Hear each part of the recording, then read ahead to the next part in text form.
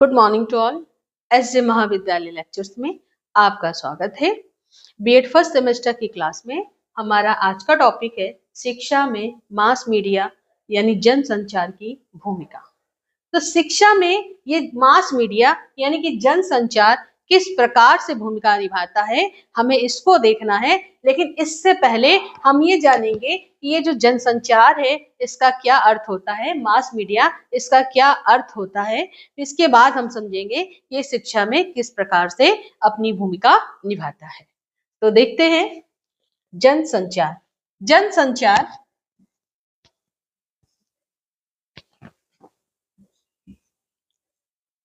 दो शब्दों से मिलकर बना है, जन और संचार। जन से पहले हम संचार को समझेंगे कि संचार क्या है।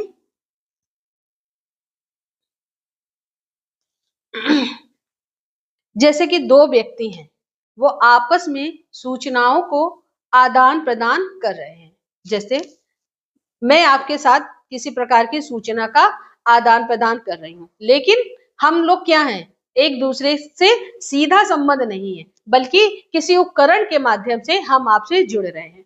तो इस संचार में क्या होता है कि इसमें किसी उपकरण से नहीं, बल्कि हम सीधे रूबरू होकर एक दूसरे के साथ जब सूचनाओं का आदान प्रदान करते हैं तो वह संचार कहलाता है, संप्रेषण कहलाता है। तो इसमें संचार में क्या होता है कि सूचनाओं का आदान प्रदान, सूचनाओं का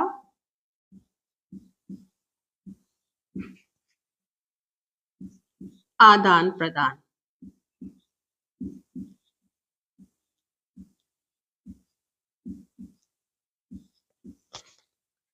और जन यानी कि अब इस जन का क्या अर्थ है? इस जन का अर्थ है लोगों की भीड़, लोगों की भीड़। यहीं से हम समझेंगे कि लोगों की भीड़ और संचार सूचनाओं का आदान प्रदान। जब हम एक या एक से दो लोग सूचनाओं का आदान प्रदान करते हैं तो वह संप्रेषण यानी संचार कहलाता है। लेकिन जब हमारे पास बहुत भारी पैमाने पर जनसंख्या हो और उनके पास हमको सूचनाएं पहुंचानी हो तो हम किसका सहारा लेंगे? हम कुछ उपकरणों का सहारा लेंगे और वही उपकरण जो होते हैं वो हमारे जनसंचार के यानी कि लोगों तक पहुंचाने के साधन होते हैं, जिसे हम जनसंचार कहते हैं। अर्थ को देखें इसको हम, जनसंचार का अर्थ कि वो तरीका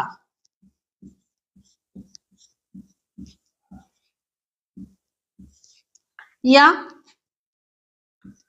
वे उपकरण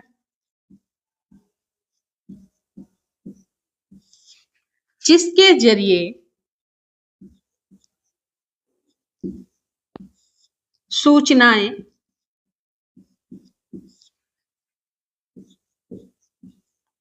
जिसके जरिए सूचनाओं को बड़े पैमाने तक पहुंचाना।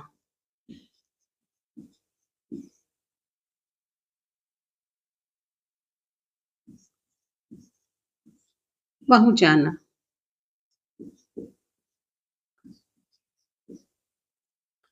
क्या कहलाता है?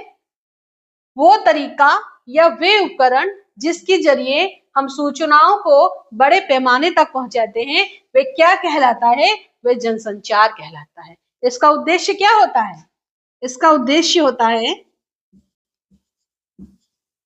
कि किसी भी शिक्षा को, किसी भी प्रकार की शिक्षा को, किसी भी प्रकार की शिक्षा को, ज्ञान को व मनोरंजन को एक साथ, कैसे? एक साथ किसी भी प्रकार की शिक्षा को, ज्ञान को व मनोरंजन को एक साथ भारी जनसंख्या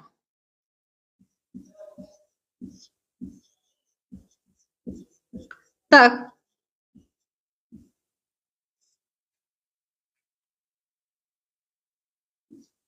पहुंचाना इसका उद्देश्य होता है।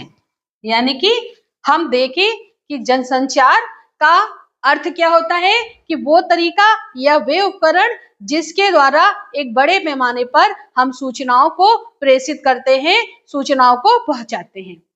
उसका उद्देश्य क्या है कि किसी भी प्रकार की शिक्षा हो, ज्ञान हो, मनोरंजन हो, एक भारी जनसंख्या तक एक साथ उन सूचनाओं को पहुंचाना इसका मुख्य उद्देश्य होता है।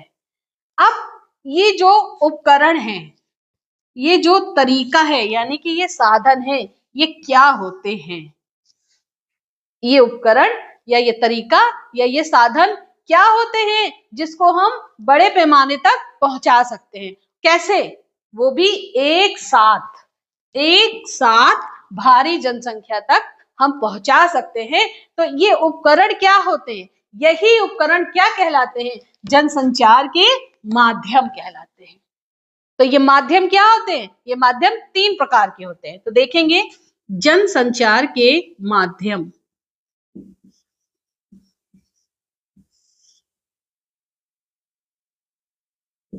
जनसंचार के माध्यम।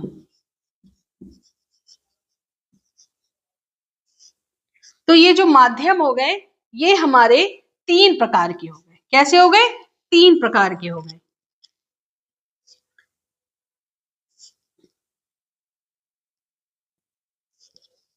पहला हो गया हमारा प्रिंट मीडिया।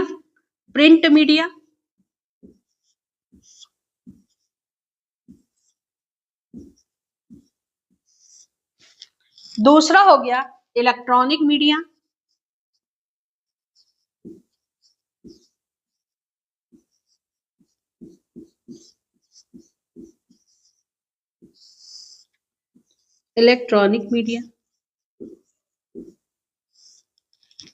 और तीसरा हो गया डिजिटल मीडिया।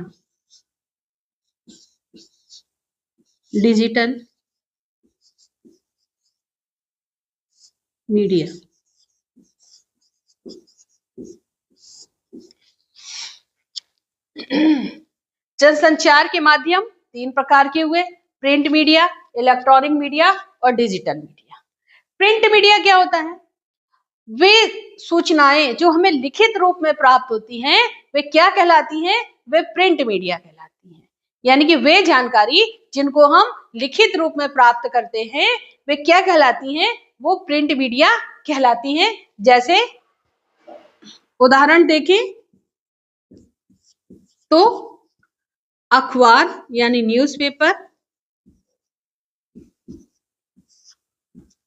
पत्र पत्रिकाएं,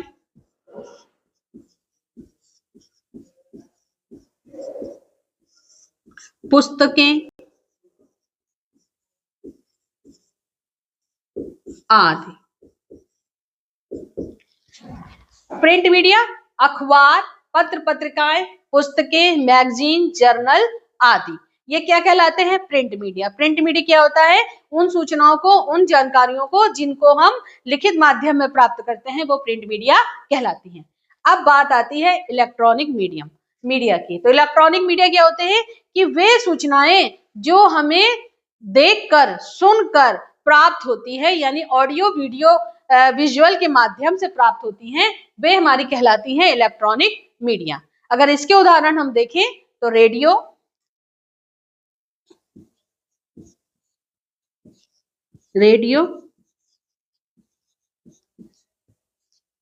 टेलीविजन,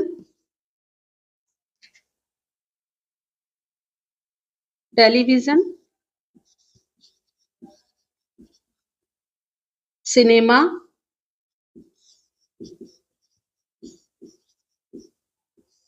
आदि। यानी कि इलेक्ट्रॉनिक मीडिया क्या हुआ कि वे माध्यम जिनको हम देखकर, सुनकर, यानी ऑडियो, वीडियो मीडियम के द्वारा सुनकर, देखकर हम प्राप्त करते हैं सूचनाओं को, तो वो क्या कहलाती है? वो इलेक्ट्रॉनिक मीडिया कहलाती है। इसके उदाहरण देखें तो रेडियो, टेलीविजन और सिनेमा।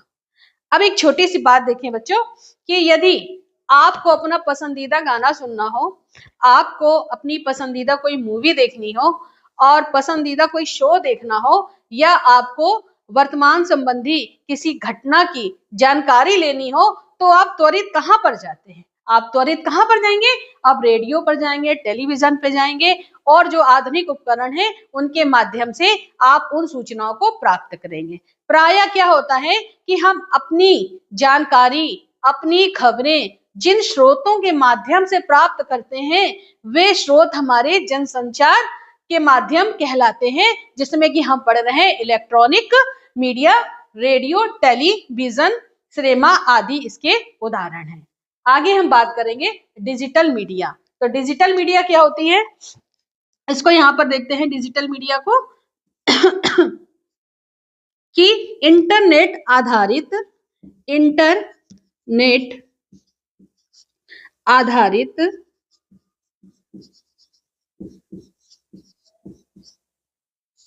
उपकरण, सूचनाएं हमारी डिजिटल मीडिया यानी कि सोशल मीडिया कहलाती हैं। क्या कहलाती हैं? डिजिटल मीडिया कहलाती हैं। अब इसके अंतर्गत हम वो सारी चीजें ले लेंगे, जैसे यूट्यूब ले लेंगे, ऑनलाइन ऐसे देख लेते हैं, यूट्यूब ले लेंगे, ऑनलाइन क्लासेस ले लेंगे, फेसबुक ले लेंगे, इंटरनेट ले लेंगे और एटसेट्रा एटसेट्रा। तो बच्चों ये था हमारा शिक्षा में मास मीडिया जनसंचार की भूमिका।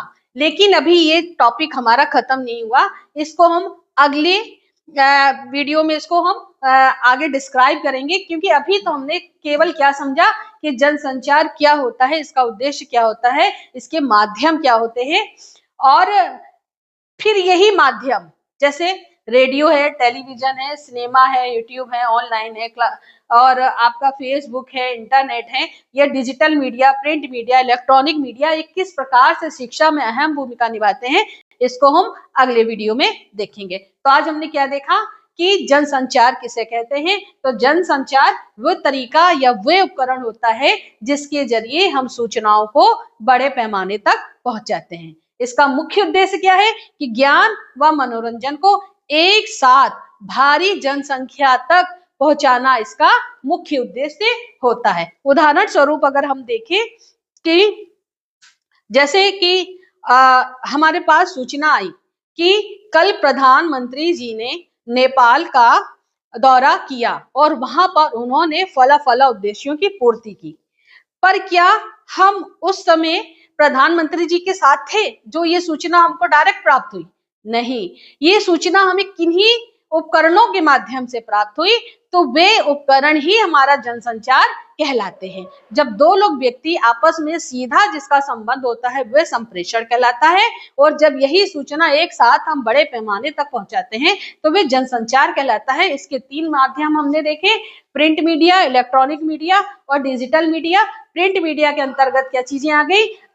न्यूज़पेपर आ गया।